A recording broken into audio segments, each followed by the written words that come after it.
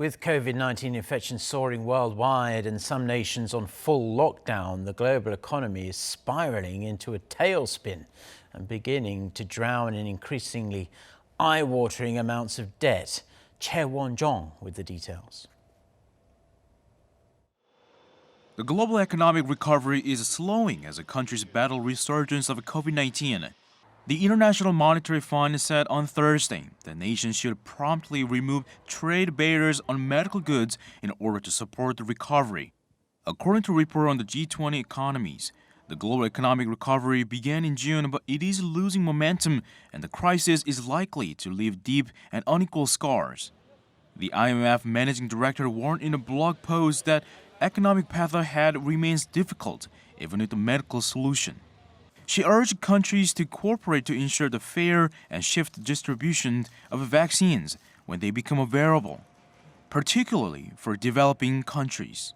The COVID-19 pandemic is projected to push global debt to a record $277 trillion by the year's end.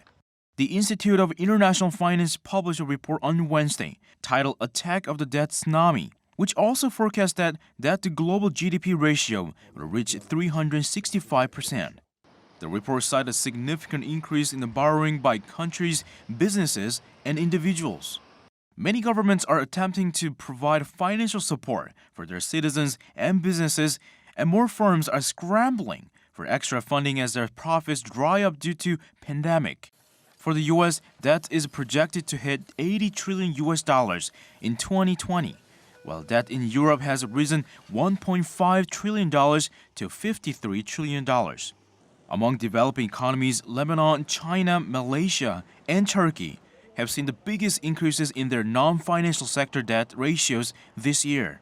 The Institute of International Finance said uncertainty still remains over how global economy can get itself out of this situation going forward. Choi Won-jong, Arirang News.